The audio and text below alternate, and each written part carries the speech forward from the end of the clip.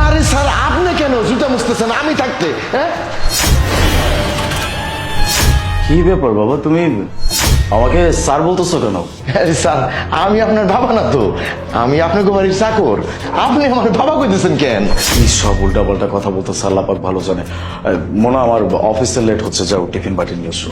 আরে না না ম্যাডাম, আপনি যাবেন কেন? আমি থাকতে আপনি যাবেন কেন? দাঁড়ান। আজব, বাবার কি হলো আমি তো কিছু বুঝতেছি না। আমি নিজেও তো বুঝতে পারতেছি না বাবার কি হয়েছে। এই যে স্যার। আরে ম্যাডাম আমি থাকতে আপনি ঝাড়ু দিবেন কেন? আমি ঝাড়ু দেই। আরে বাবা আপনি কি পাগল হয়ে গেছেন? কি করতেছেন এসব? আরে আপনি আমার ম্যাডাম বাবা বলতেছেন কেন? বাবা তোমার মাথা ঠিক আছে? তুমি এমন আচরণ করতেছো কেন? কোনো নেশা করছো নাকি তুমি? স্যার কি কইতেছেন? আমি নেশা করবো কেন? নেশা তো করছে আপনার বাপে। আপনার বাপে নেশা করে আবল তাবল কয় আর কি। স্যার আপনার কি মনে আছে স্যার? আপনার কাছে আপনার বাপ একদিন বলছিল যে তার চশমার পাওয়ার পাইরে গেছে। খোকা চশমার পাওয়ার পারছে। চশমা ছাড়া তো আমি এক কদম হাঁটতে পারি না। তুই আমাকে আরেকটা চশমা আনতে। আচ্ছা বাবা, চশমার দোকান কি খুব বেশি দূরে? বাসা থেকে বের হয়ে হাতের বামে চলে গেলেই চশমার দোকানটা দেখা যায়। এতটুকু কাজ, নিজের কাজ যদি নিজেই না করতে পারো, সব কাজ কি আমার করতে হবে? খোকা তুই তো জানিস আমি চশমা ছাড়া এক কদমও আমি হাঁটতে পারি না। আমি নিচে যাবো কিভাবে? তাছাড়া স্যান্ডেলটা ছিঁড়ে গেছে। তুই আমাকে একটা চশমা আর স্যান্ডেল এনে দিলে আমার সমস্যার সমাধান হয়ে যায়। ভালোভাবে চলতে পারবো, ভালোভাবে দেখতে পারবো। তোমাদের বিবেক দেখলে মাঝে মাঝে আমার অনেক অবাক লাগে। বাড়ির কাজ আমি করব, অফিসের কাজ আমি করব, মানে সব কাজ আমার করতে হবে। কেন? নিজের এতটুকু ছোট ছোট কাজগুলো যদি নিজেরা একটু করো, তাহলে কি আমার উপর থেকে প্রেশার একটু কমে যায় না? কি বলবো আর। যাই হোক, আগামী সপ্তাহে যখন সময় পাবো, মানে যখন ছুটি পাবো, তখন আমি কেটে দিই। আপনি যখন ছোট, আপনার বাপ আপনার কোলে পিঠে করে মানুষ করছে। ছোটবেলা আপনার মাটা মরে গেছে, কিন্তু আপনার বাপ কিন্তু বিয়ে করে নাই। আপনার মুখের দিক তাকাইয়ে অনেক কষ্ট করে আপনার বাপ আপনার মানুষ করছে। আপনার বাপ নিজে না খাইয়ে আপনারা খাওয়াইছে।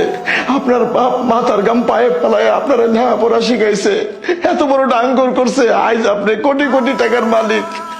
আপনার হাতে এখন সময় নাই, কিন্তু আপনার বাপ কিন্তু তখন তার হাতে অনেক সময় ছিল। আপনার বাপের কাছে আপনি যখন যেটা আবদার করছেন, আপনার বাপ কিন্তু না করে নাই, দৌড়ে সুইটে যে সেই আবদার পূর্ণ করছে।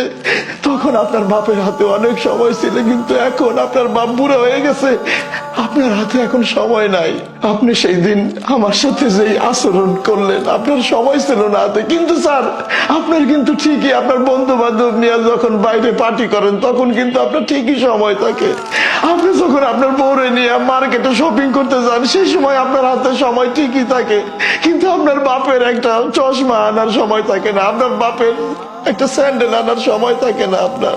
স্যার আপনি অসুস্থ থাকলে আমি দৌড়ে ওষুধ আনতাম, পাগল হয়ে যাইতাম। আপনার কিছু হইলে দুনিয়াটা উলট পালট করে ফেলাইতাম আপনার জন্য স্যার। কিন্তু এখন আপনার বাপ বৃদ্ধ হয়ে গেছে, এখন আর আপনার বাপের দিকে আপনার কোনো খেয়াল নাই। আপনি অনেক ব্যস্ত স্যার।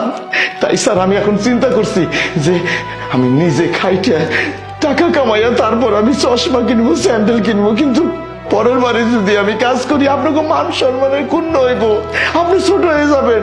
তাই আপনার বাড়িতে কাজ করে ওই টাকা দিয়ে আমি চশমা কিনবো, আমি স্যান্ডেল কিনবো স্যার।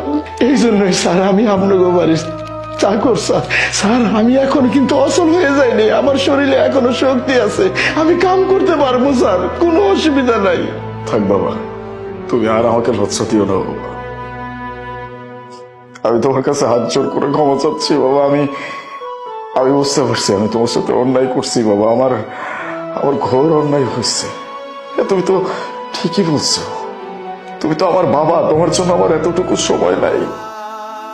আই সরি বাবা, আমি তোমার সাথে অন্যায় করছি বাবা। আই সরি, তুমি আমাকে মাফ করে দাও বাবা।